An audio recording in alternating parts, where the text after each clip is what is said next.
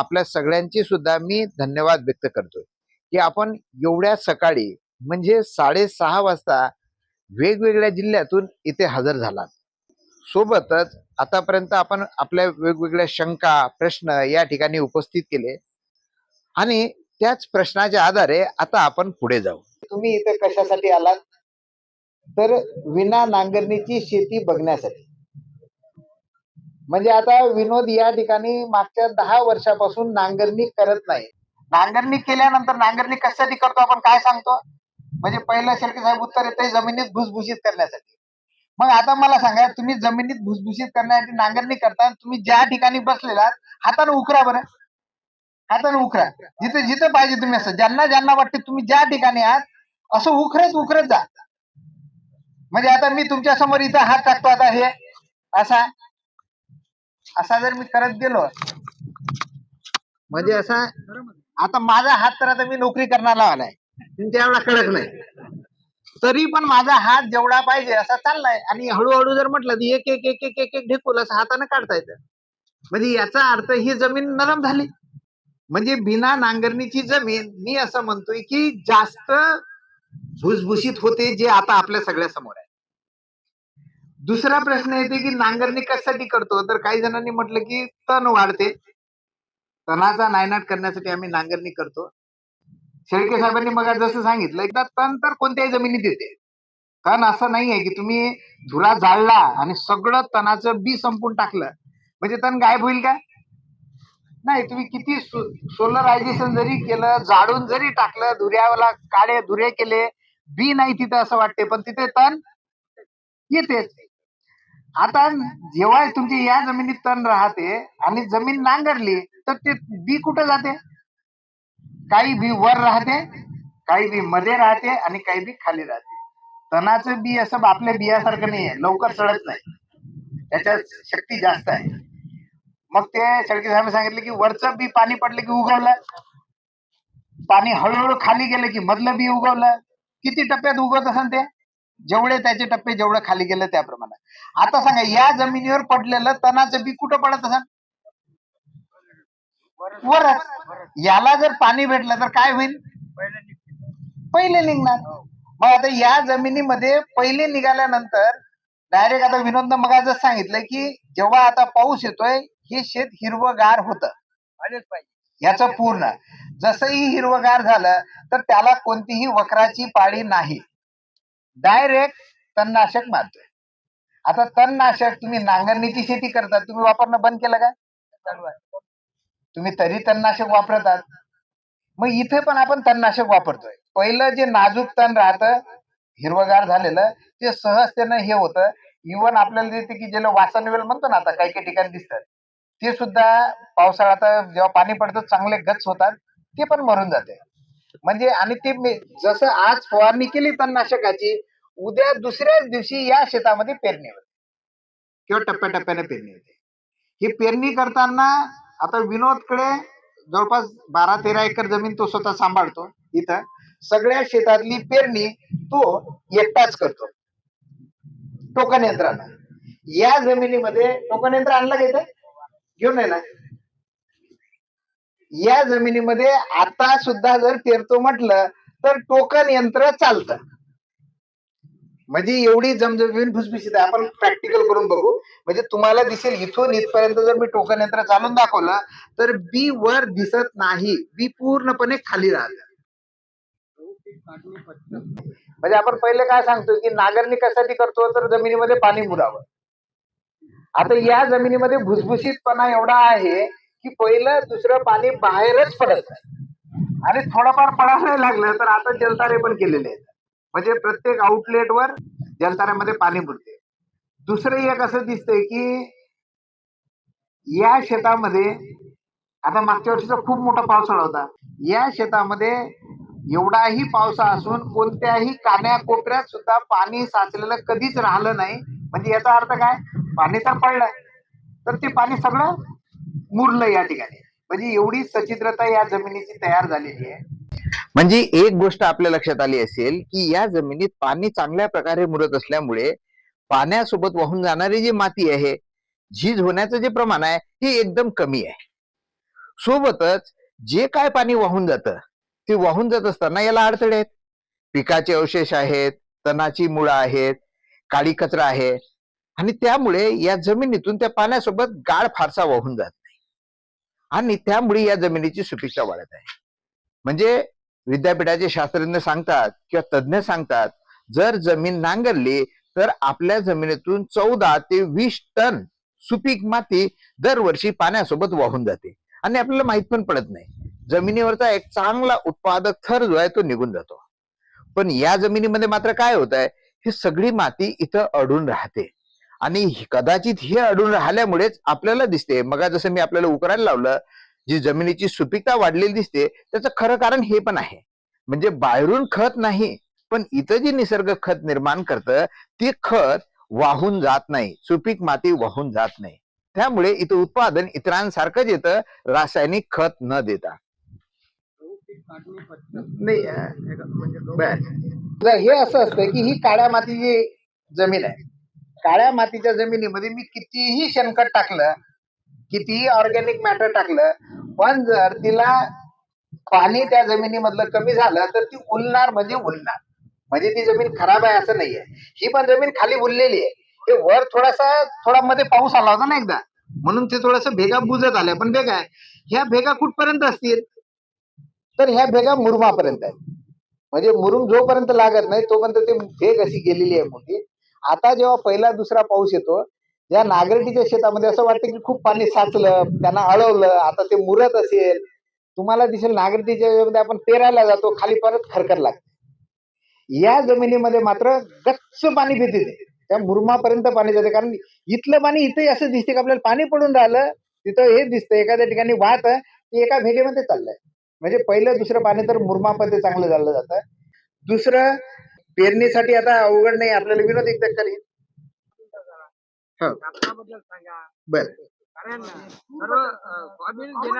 बरोबर. आता पेरणी आपल्याला समजते की यानं करता येते, तर या यंत्रानं आपल्याला सगळेच पिकं पेरता येतात. म्हणजे कापसाची लागवड यानं करता येते.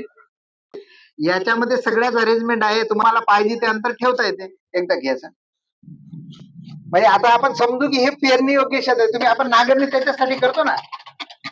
आता बी पडून राहिलं, बी दिसते का कुठं?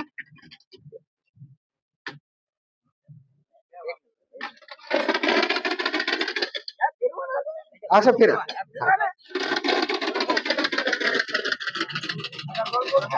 गोल फिरवा म्हणजे सगळ्यांना दिसेल, सगळ्यांच्या नजरेसमोरून जात आहे.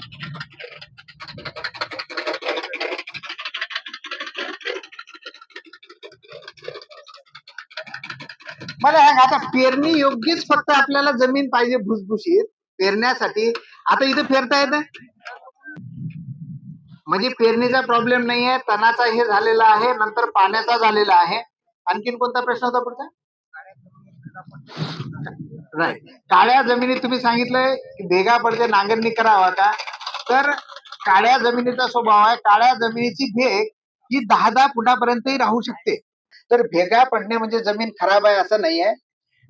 काळ्या मातीचा स्वभाव आहे, जर ती पाणी असेल तर लोण्यासारखी मऊ, जसे पोळ्याचे आपण बैल बनवतो, आणि जसे बैल ठेवला की तो उलणार म्हणजे उलणार, तशी काळी माती पाणी कमी झालं की उलणार म्हणजे उलणार. तिचा तो स्वभाव आहे. तिच्याशी आपल्याला कुस्ती खेळायचं कामच नाही.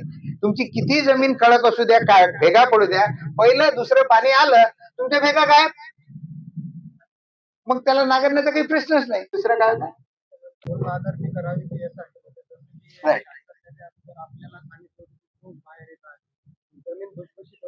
बरोबर बरोबर आहे. म्हणजे आता विद्यापीठानं किंवा आम्ही त्या विद्यापीठात शिकलोय, आणि विद्यापीठात शिकताना तिथं पण पहिला धडा कोणता होता? कोणतंही पीक आलं तर पिकाची नांगरणी करावी, 2-3 वखराच्या पाळ्या माराव्या. बरं, तिथंच नाही शिकलो तर या शेतामध्ये लहानपणापासून मी सगळीच कामं केलेली आहे. म्हणजे या शेतामध्ये मी 4 बैली नांगर पण चालवलेला आहे. दिवसभरातून मुश्किल अर्धा एकर पण होत नव्हतं त्यावेळेस. तो नांगर पण छोटा आहे, म्हणजे घरी पण नांगरणी पाहिली. आणि मग एवढं जर आपण ज्या गोष्टीला एकदा धरून चालतो, म्हणजे विद्यापीठ असेल काय आणि आपण सगळेजण असं काय, आपण सुद्धा आता नांगरणी करू नका म्हटलं तर काय म्हणतो, करावंच लागते. तर ही एक आपली परंपरा आहे, आपण पाडली आणि आपल्याला त्याच्याशिवाय करमत नाही. त्यावेळेस असं पण दिसायचं की या शेतामध्ये ज्वारी राहायची बऱ्यापैकी, म्हणजे अर्धी तरी ज्वारी राहायची किंवा 3-4 एकर ज्वारी राहायची. आणि ती ज्वारी कोणतं नांगरायचं, तर पहिले ज्वारीचं नांगरायचं. आई इथं आहे. या शेतामध्ये आम्ही लहानपणापासून असं दिसते की जवळपास या जमिनीला बाहेरचा मजूर छोट्या मोठ्या कामासाठी नाही आहे, हार्वेस्टिंगलाच फक्त येत आहे. म्हणजे मी लहान असताना सुद्धा आम्ही 4 भाऊ राहायचो. लागवण करणे किंवा नांगरणीसाठी किंवा फण वेचण्यासाठी कधीच या जमिनीला मजूर लागलेला नाहीये. आई सोबत आहे, मग फण वेचताना सगळं असं राहायची की अशी काळी पण शेतामध्ये सोडायची. ही लहानपणापासून सवय लागली. फणही वेचायचे, काळी पण वेचायची, शेत काळं दिसलं पाहिजे. मग आता एवढे संस्कार झाल्यावर आपण पुढे जाऊन काय करणार? ज्या पोरानं जमीन नांगरणं शिकलंय, मी सुद्धा इतरांना सांगायचो की जमीन नांगरायला पाहिजे. पण जेव्हा हे शास्त्र कळायला लागलं, म्हणजे पहिले अभ्यासात असताना पहिले फुकुओका म्हणून एक शास्त्रज्ञ आहेत, शेळके साहेबांना माहित आहे किंवा काही लोकांना माहित असेल. जपानमध्ये त्यांनी काम केलंय. जपानमध्ये या पद्धतीनं शेती होते, जे सगळ्यात प्रगत राज्य आपण म्हणतोय. पण मात्र हे शास्त्र चांगलं होतं, अभ्यासात होतं, पण आपल्या इकडे उदाहरण मात्र कुठंच नाही. कोणी शेतकरी करायचं नाही. मग आपल्या भागामध्ये एसआरटी आपण शब्द आता आपण वापरतोय, तर चंद्रशेखर भडसावळे काका यांनी कोकणामध्ये ही भातासाठी पद्धत सुरू केली. बेड तयार करायचे आणि ते परत फोडायचे नाही. तिकडे जास्त पाणी येते, बेड करणं आवश्यक आहे. त्यांना दिसलं की बेड केला आणि एकदा तो केला की फोडायचा नाही, म्हणजे बिना नांगरणी शेती, मशागत करायची नाही. त्यांनी सुरुवात केली. त्याचप्रमाणे आपले प्रताप काका चिपळूणकर आहेत, कोल्हापूरचे. म्हणजे आपल्या इथं वयानं कोणीच नाही तेवढं, एवढं त्यांचं वय आहे. खांबलकर साहेबांच्या शेतामध्ये मागच्या 2 महिन्यापूर्वी आले होते. हात थरथर कापतात, भर उन्हामध्ये बिना एसी मध्ये आमच्यासोबत फिरत होते. ऐकू त्यांना येत नाही, मशीन लावलेली आहे आणि त्यांनी मात्र पूर्ण जीवन याच्यासाठी खपलं, या शेतीसाठी. म्हणजे ते ऍग्रिकल्चर ग्रॅज्युएट आहेत 1970चे. म्हणजे आपल्या असं बऱ्याचपैकी आपला जन्म पण झाला नव्हता त्या काळातले ते ऍग्रिकल्चर ग्रॅज्युएट आहेत. आणि ग्रॅज्युएट करत असताना त्यांनी ठरवलं होतं की शेती स्वतः करायची, नोकरी करायची नाही. हे करताना त्यांची ऊसाची शेती होती. ऊसाच्या शेतीमध्ये त्यांना असं दिसलं की हे काही परवडत नाही, गुणोत्तर पैशाचं घेत नाही. मग त्यांना असं दुसरं शास्त्र दिलं की सगळं तर आहे या जमिनीवर, जमीन चांगली असली तरच पिकेल. मग जमिनीसाठी काय करावं, तर पाला पाचोळा कुजवा. त्यांनी सुरुवात केली की संपूर्ण शेतातला जे ऊसाचा खूप मोठा पाला पाचोळा निघते ते कुजवायचा प्रयत्न केला. हे कुजवल्यानंतरही त्यांनी ते 10 वर्ष काम केलं नित्य नियमानं. हे केल्यानंतर लक्षात आलं की जमीन काही सुपीक होत नाहीये, जमीन आहे तशीच आहे, उलट खराब खराब पहिल्यापेक्षा होऊन राहिली. मग त्यांनी प्रयोग करता करता त्यांना हे लक्षात आलं की जर जमीन नांगरली नाही तर काहीच करायचं काम नाही, जमीन ऑटोमॅटिक सुपीक होते नांगरली नाही तर. बऱ्याच जणांना आता हे शास्त्र कळायला लागलं किंवा पुस्तकामध्ये आता सगळ्याजवळ मोबाईल आहे, स्मार्ट मोबाईल आहे सगळ्याजवळ. तुम्ही जर मोबाईल मध्ये एक शब्द असा टाकला की नांगरणीचे दुष्परिणाम काय, तर मोबाईल तुम्हाला सांगते, तुमचाच मोबाईल साधं शोधून सांगते की नांगरणीमुळे पहिलं सांगते जमिनीतला ऑर्गॅनिक कार्बन कमी होतो. म्हणजे तुम्ही जमिनीमध्ये, शेळके साहेब माझा असा अनुभव आहे, खूप सारे माती परीक्षण केले मी, जे नांगरणी करतात त्यांचं. असं लक्षात आलं की तुम्ही किती शेणखत टाका, किती कंपोस्ट टाका, त्या जमिनीचा ऑर्गॅनिक कार्बन जर नांगरत असाल तर वाढतच नाही, म्हणजे पुढे जायचं कामच नाही. आणि आता जर आपल्याला शेणखत द्यायला, आपल्या शेताला शेणखत पण नाही आहे, या शेताला देतो म्हटलं तर शेणखत उपलब्ध नाही, एवढं कंपोस्ट करतो म्हटलं तर सगळ्याला कंपोस्ट पण नाही आहे. मग आता याच्यासाठी मात्र ही एक जी पद्धत आहे विना नांगरणीची, एवढी जर केलं तर आता इथलं चित्र काय, विनोदनं मग जर सांगितलं, आधी खत हळूहळू कमी केलं. म्हणजे दरवर्षी आम्ही चर्चा करायचो की आता यावर्षी एवढं खत दिलं, मग यावर्षी कमी करून टाक. मग पाऊण बॅगवर आलं, मग अर्ध्या बॅगवर आलं.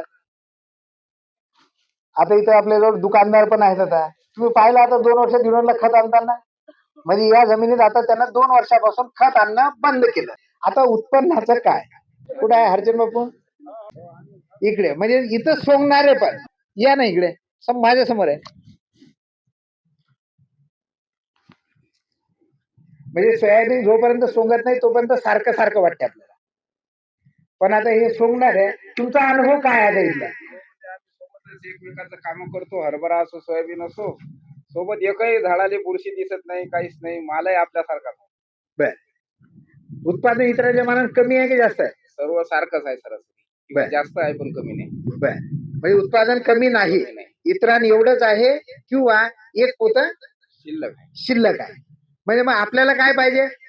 उत्पादनच पाहिजे. जे उत्पादन इथे येऊन राहिलं, म्हणजे मागच्या वेळेस सोयाबीनचं काय ॲव्हरेज होतं ना इथलं?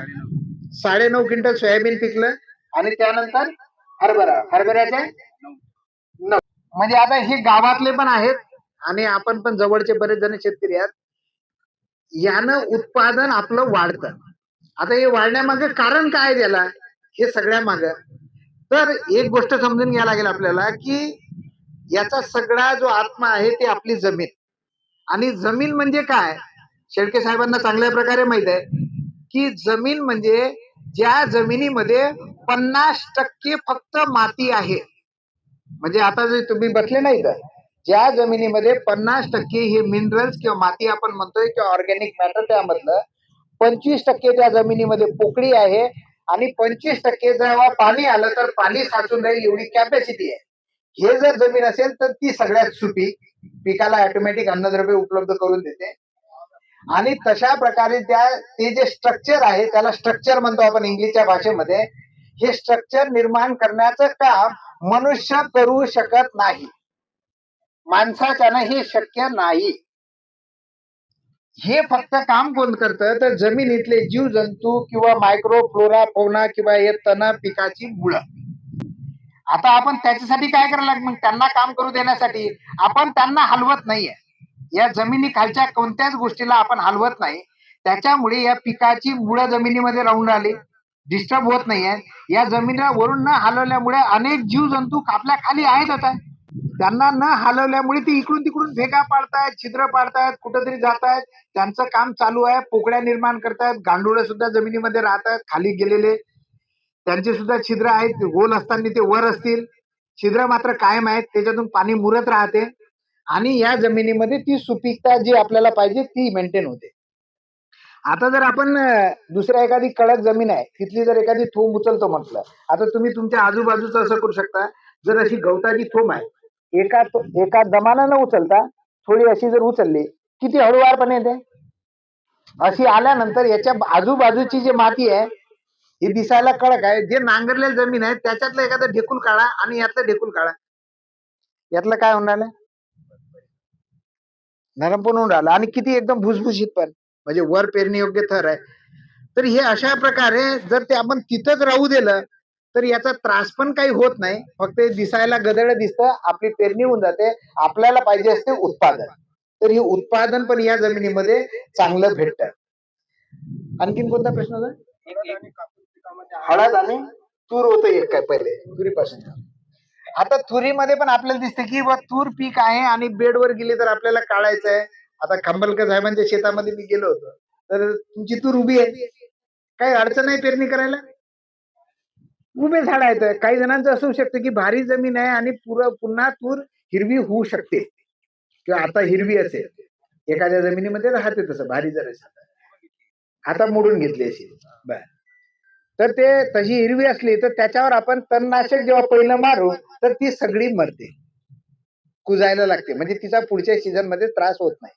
मी असं म्हणतोय की समजा तुरीचे एवढे खुडं उभे राहिले, बाकी जमीन त्या तुरीच्या बाजूला पेरता येते आपल्याला. मग जेव्हा बाजूला पेरलं आणि तूर तशीच राहिली तर त्याची अडचण काय, तुम्ही तर पुढे डवरा मारणार नाही, पुढे काही करणार नाही.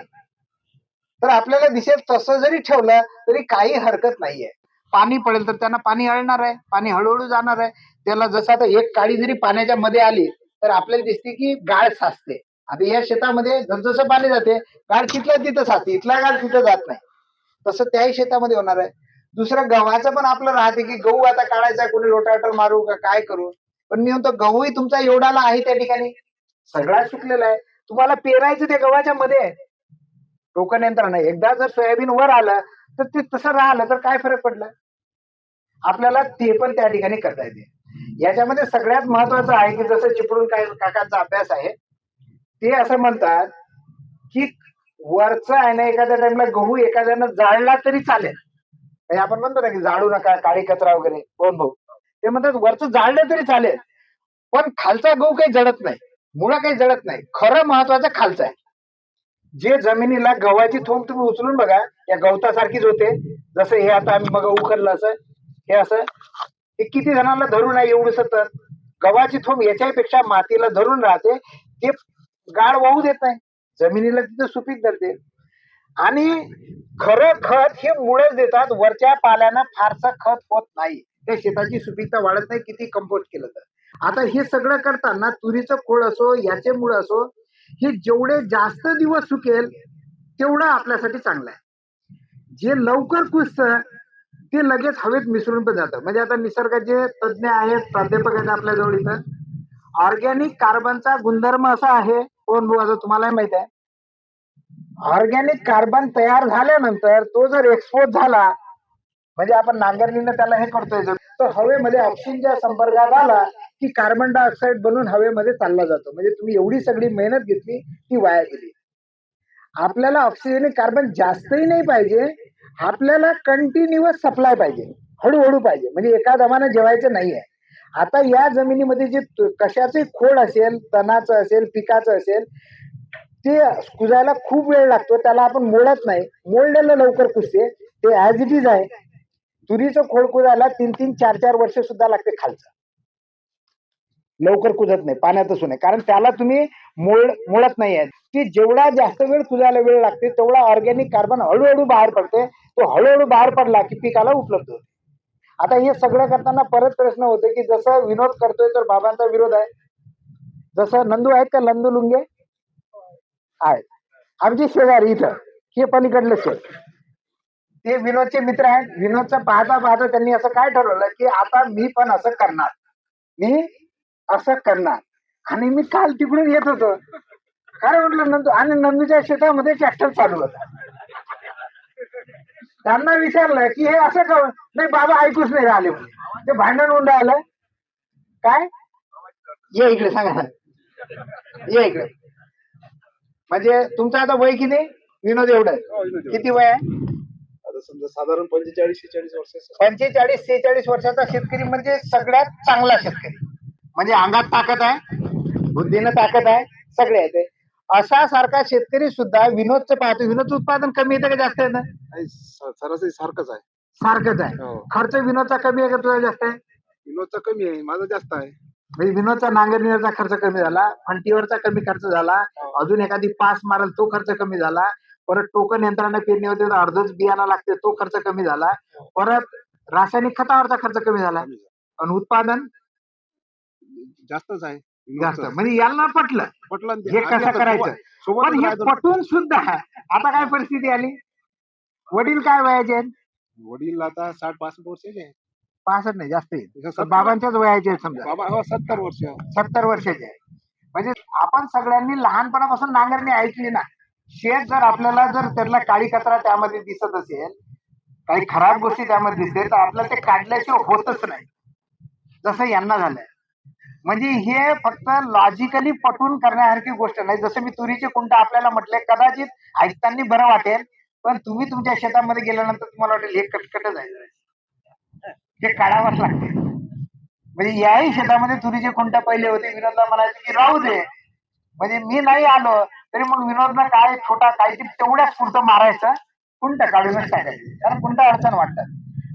पहिल्या काळात होतं की तुम्ही वखर मारायचे, वखराला वसाड लागायचं, डवऱ्याला वसाड लागायचं, त्याची पर्याय नव्हता.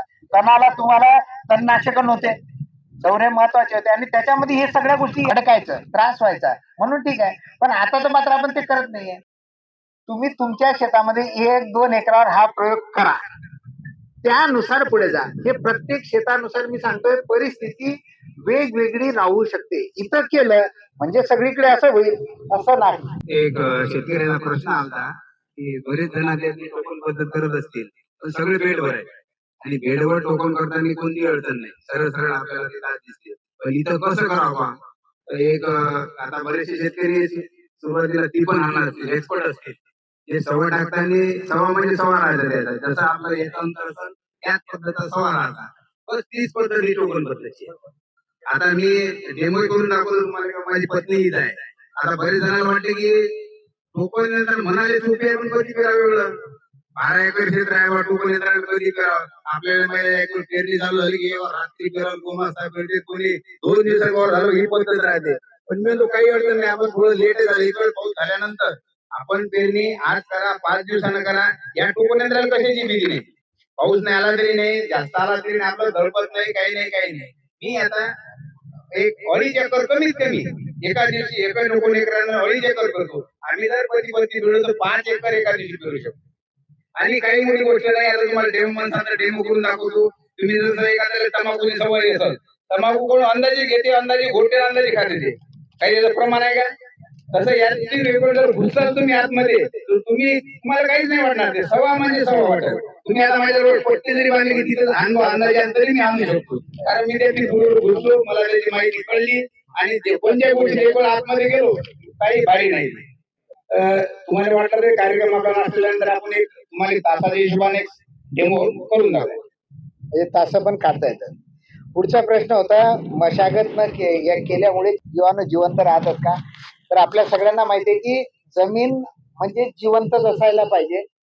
या जमिनीमध्ये या जीवाणूचं घर कोणतं असेल तर जे पिकाचे मुळं आहेत त्याच्या आजूबाजूला जे कॉलनी डेव्हलप होतात जसं आपण आता हे उखळून दाखवलं हे खरं जीवाणूचं घर. आता हे जर असंच ठेवलं तर जीवाणू आतमध्ये सुरक्षित राहतात अन्यथा भर उन्हामध्ये आपण त्यांना एक्सपोज करतोय संख्या खूप कमी होते आणि मग पुढच्या वर्षी पाहिजे तसं आपल्याला जीवाणू या ठिकाणी उपलब्ध नसतात. नंतर संत्रा बागेचं होतं आंतर मशागत करावी का तर आता इथंच नाही करायची तर त्याच्यात करायचा काही प्रश्नच नाही तुम्ही बिना याचा पुढे जाऊ शकता. परत होतं की जमिनी परत हे बदलू शकते जर सांगितलं की चिबड जमिनीत बेड करावे का बेडची दुरुस्ती कशी करावी. जमीन चिबड असेल तर त्या ठिकाणी सरी वरंबा केलेला किंवा बीबीएफ केलेला कधी चांगलं. बीबीएफ केलेलं मात्र आणखीन एक असं दिसतंय मागच्या वर्षी आपण आपल्या जिल्ह्यामध्ये स्पर्धा घेतली होती अनेक शेतकऱ्यांनी सरी वरंबा लागवड केली आणि ते शेतकरी परत मला बोलायला लागले साहेब तुम्ही चुकीचं सांगितलं. कारण का वरंबा केला वरंब्याला असं मंदिरासारखं केलं फ्लॅट केला नाही लागवड करताना मात्र बगलेमध्ये केली आणि नंतर पाणी पहिला धो आला माती घसरली झाड एकेरी झालं फ्लॅट नव्हतं ते. तर तसं न होऊ म्हणून कधी या साधे जर आपण पिकं घेत असू तर त्याला फ्लॅट बेड पाहिजे 3 तास तरी ज्यांचे 3 किंवा 4 तास झाले तरी चालते पण कमीत कमी 3 तास होईल एवढा तरी रुंद बेड पाहिजे त्याच्यानंतर सरी. आता हे करताना माझी आणखीन अशी एक विनंती राहणार आहे की पण बेड करायची मी म्हणतो बेड नका करू नसरी करा म्हणजे पेरायचं जमिनीवरच या जमिनीला हलवा नाही करायची आहे. सरी मात्र एक जर केली तर झालं बीबीएफ झालं किंवा सरी वरंबा झालं आपल्याला पाहिजे त्या पद्धतीनं पुढे जाता येते. तर ते जमिनीनुसार आपण करू शकतो.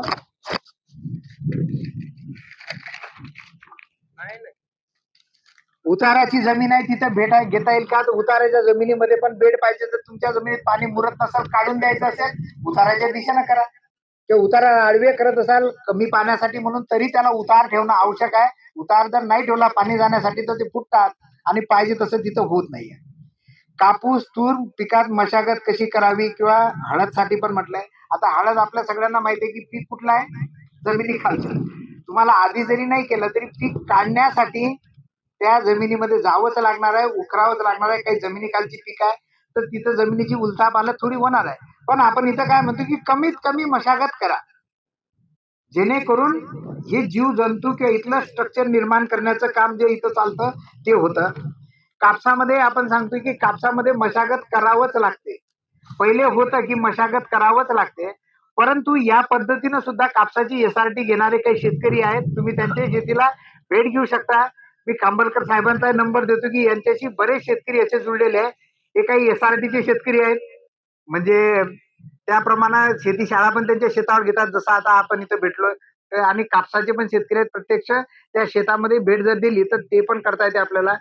कापसाच्या याच्यामध्ये जर आपल्याला वाटते की वाही करावं लागते परंतु आता तसं राहिलं नाही. वाही करण्याचं काम नांगरणी आवश्यक आहे वाही आवश्यक आहे पण ते जर आपल्यावरचं काम निसर्गच करत असेल तर आता जर इथं निसर्गच नांगरत असेल तर भेगा पाडतोय सगळं जमीन भुसभुशीत करतोय तशाच प्रकारे जीवजंतूला जर काम करून दिलं तर मात्र तिथेही जमिनीमध्ये फारसं त्यामध्ये काम नाहीये. आच्छादन त्या ठिकाणी तयार होतं.